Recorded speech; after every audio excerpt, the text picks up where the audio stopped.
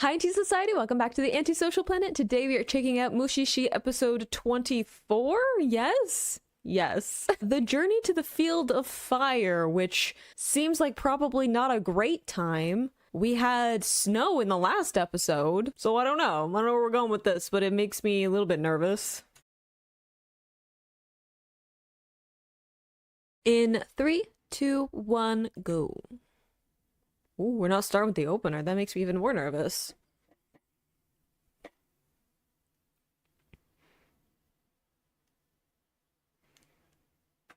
It also makes me nervous that we're fighting back darkness. Fireborn of corpses. It's also not great. This seems a little bit desolate.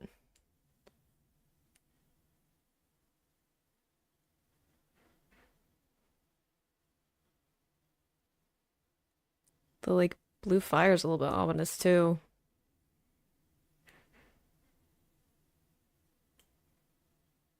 Why? What is the fire? Hello? I'm, like, already nervous.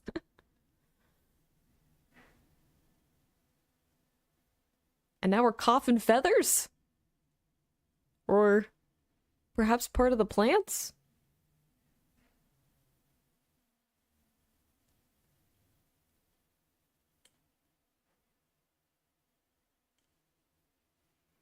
Like, are they leaves from, like, burnt plants? Like we were walking through the field?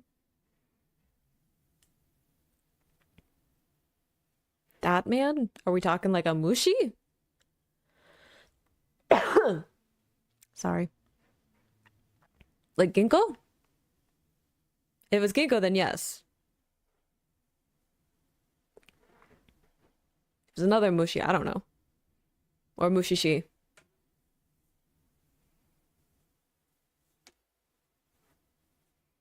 I knew that was coming.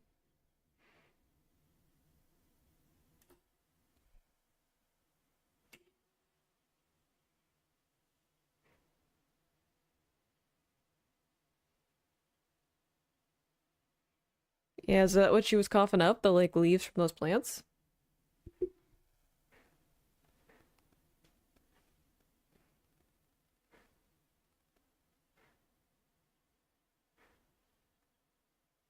You the Mushi-Shi?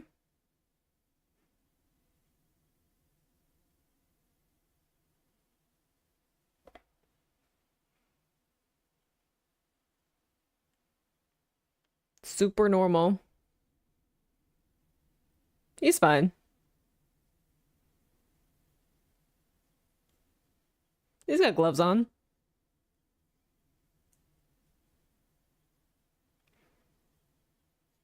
I mean, he is keeping it in a jar.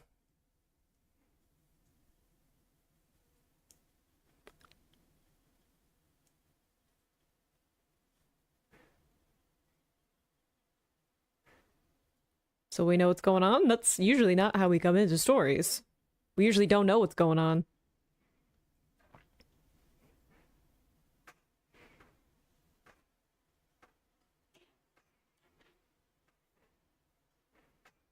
Interesting.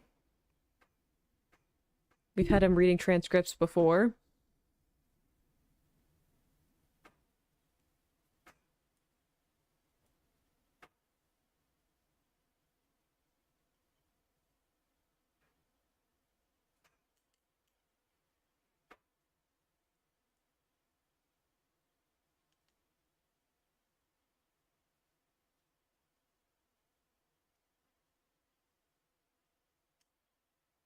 Is that what we saw? There's a flashback? Because that seems like maybe drastic.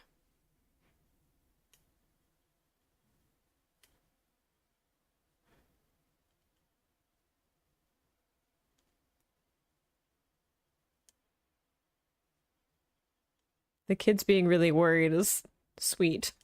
Also probably where we should be. I feel like burning down a mountain, or burning like all of the plant life on the mountain is probably a bad idea. Even for like it has to do with like Mushi, right? Because it's gonna make it desperate to survive, which we've seen what happens when we do that.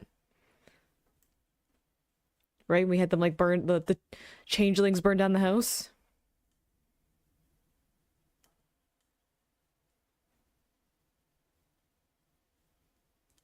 And are you going to contain it?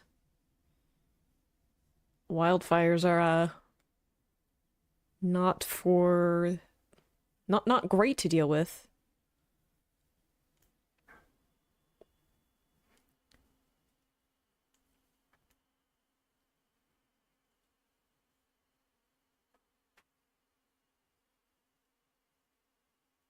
Yeah, it was something else though.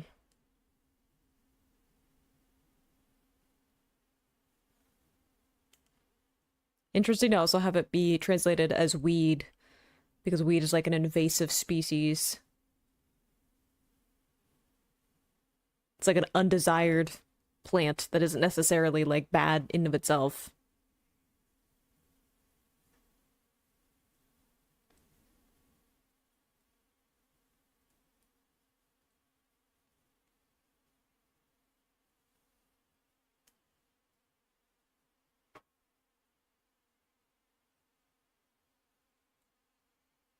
Ooh.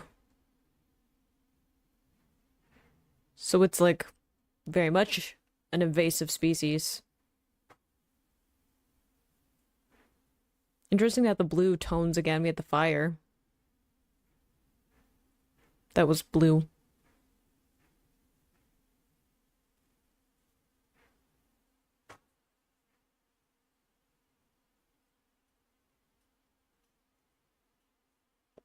You see, that's what I was saying. I'm like, how do we know it won't get desperate if you start to burn all of it?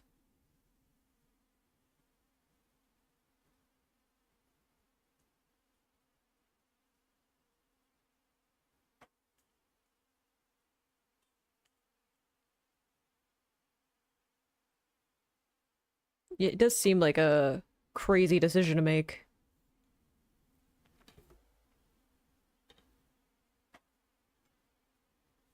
True. I feel like it's a gamble either way.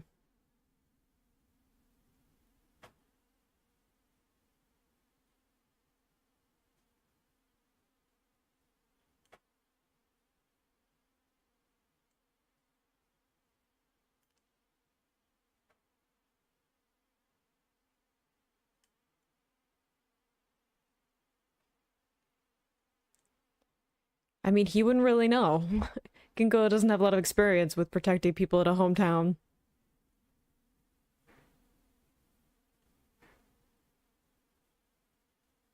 I feel like this could get out of hand really quickly, though. Again, I live somewhere where, like, wildfires, bushfires are a thing that happens. And, the whole reason it's an issue is because it's difficult to control them. And threatening the place that this Mushi is living seems like a way to make it act desperate, like they are, right? Like, the humans are also being like,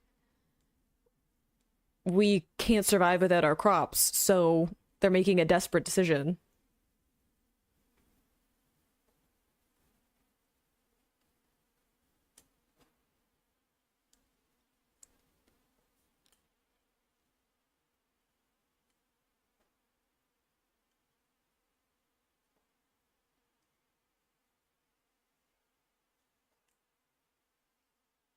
That's strong language, my guy. You might want to be a little bit nicer.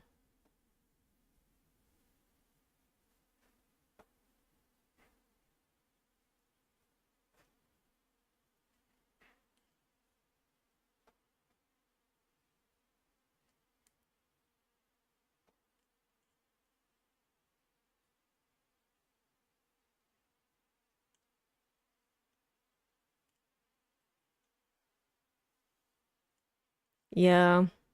You're trying to reason with people who are acting from a place of fear and, like, wanting to survive. I was gonna say she's stoking the flames, but that seems a little bit too much on the nose. But like I feel like it's gonna be a similar thing with the Mushi though. A little bit. I feel like calling them monkeys was maybe a little bit much.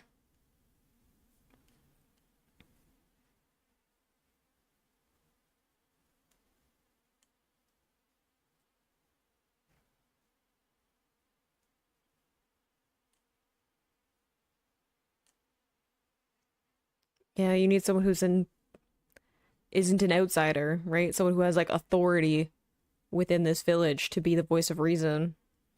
Which doesn't seem like that's where we're gonna end up.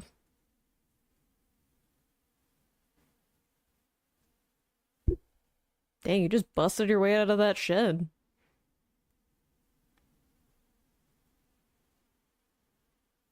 Mm-hmm.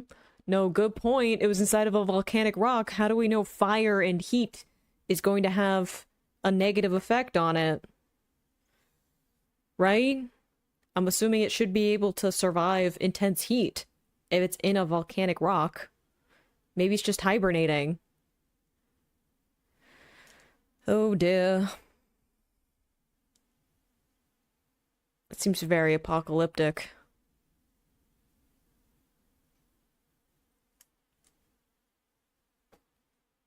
And also, it seems like the plants are very dry. This, like, weed, right? Which is, again, going to my, how do you know you can control it? Once the fire started. I know their whole point is to, like, destroy everything, but, like... Oh, the deer.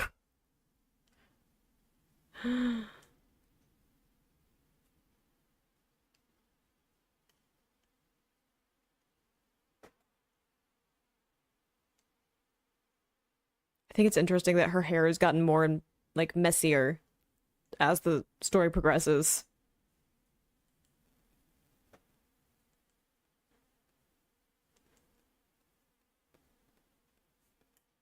Burning seems so final, too, because it's like... It leaves very little in its wake. Life doesn't usually survive fire.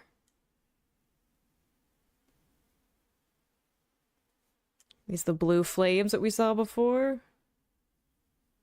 The like mushi.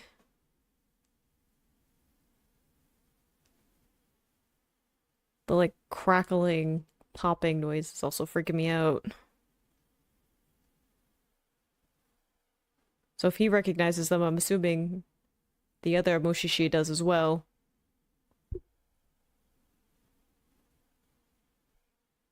Uh-oh. Is that partly why we were coughing leaves before?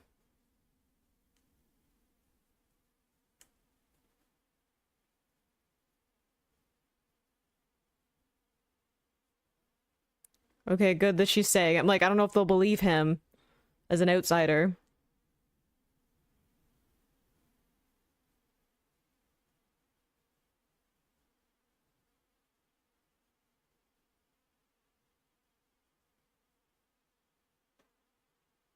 Oof. Didn't we have someone who was like always cold in a previous episode?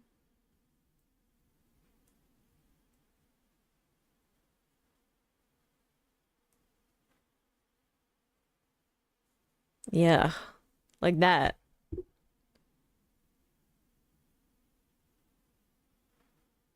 It explains why they would go towards a volcano though, because that would be the heat that they were searching for.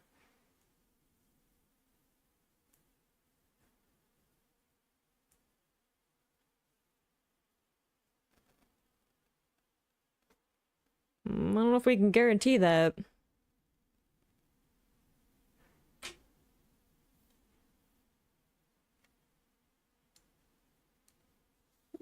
Read about them.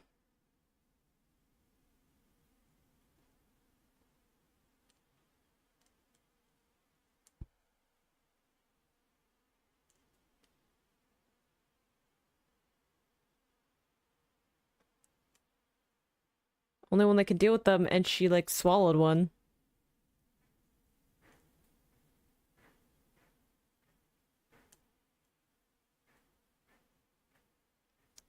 We going to freeze?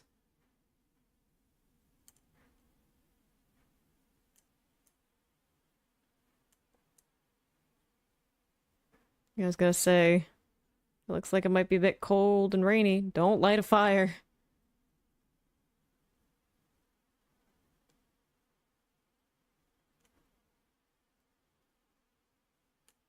Nope. Oh, this is all gonna escalate very quickly. Oh, don't show me a wee baby.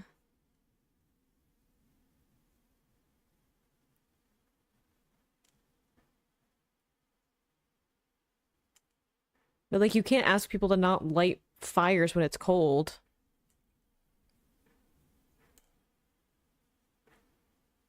Right? And also, like, if it's not gonna warm up, if people are gonna be cold because of these mushi around, will any of it help? Probably won't.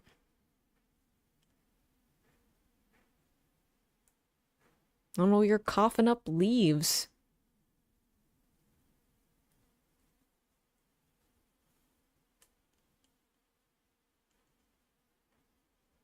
Yeah, that'd be so scary. To have, like, an infant that just, like, goes cold. That's, like, terrifying.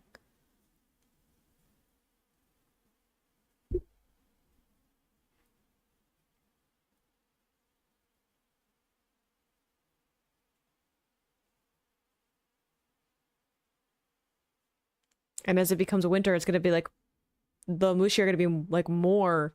like, there's gonna be more fires around, but also the mushi are gonna be more inclined to go towards humans because that's where the heat is. Oh.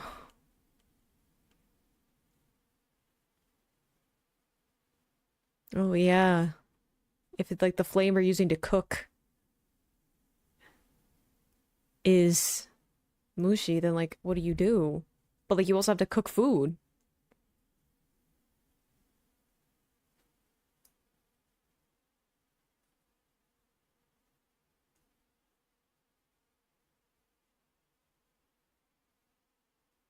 It's sad that it had to be from knowing what would happen, though.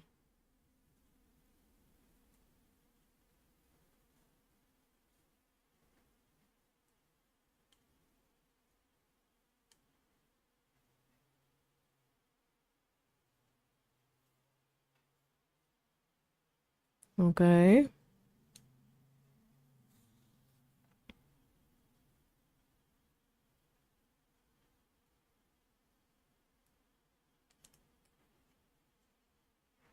Yeah, are you making this plants come back?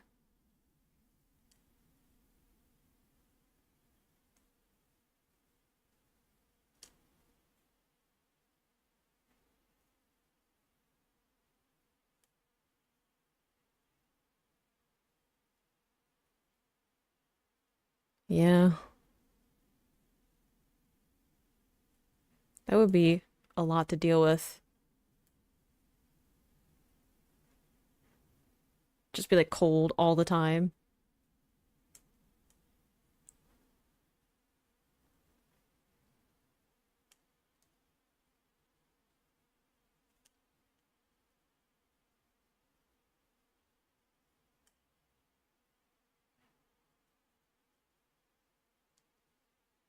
Yeah, place away where the weeds aren't going to infect anyone. Ooh, handing over a village to him to be their Mushi-Shi. Yeah, I'm like, he can't. Like, not only because he attracts Mushi all the time, but he's also like I'm not gonna let you just give up and die. But also, he's always been a traveler, right? He's always been someone who didn't have a specific home.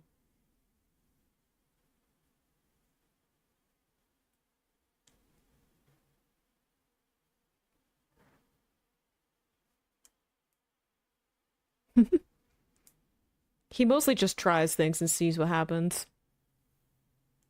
Dang! Good shot.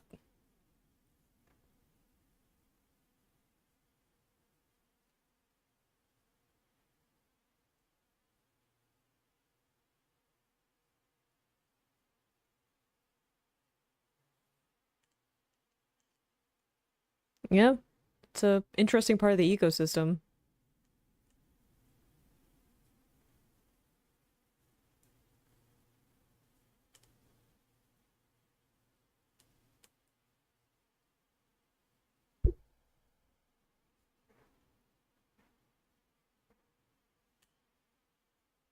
Yeah, if you like have them feed on themselves.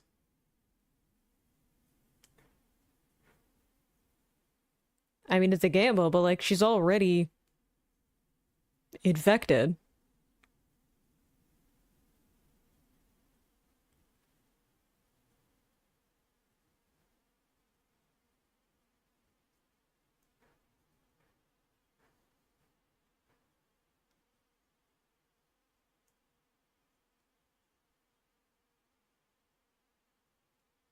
I feel like this would be unpleasant.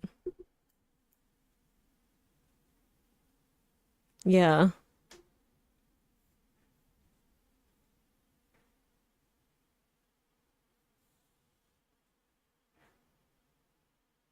Are they charred now? Yeah.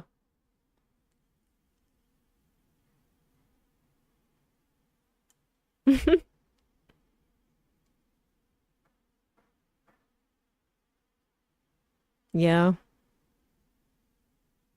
Same with earlier, where it was like we're rushing forward, making a decision that we don't fully understand the consequences of when they burned the fields, right?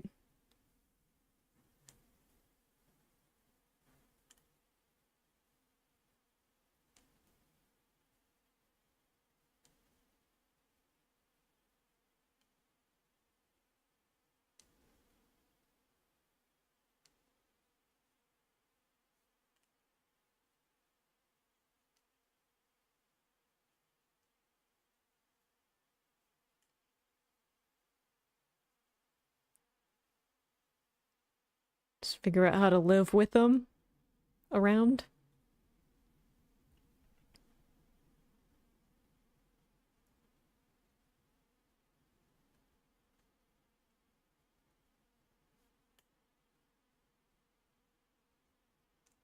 You'll meet again.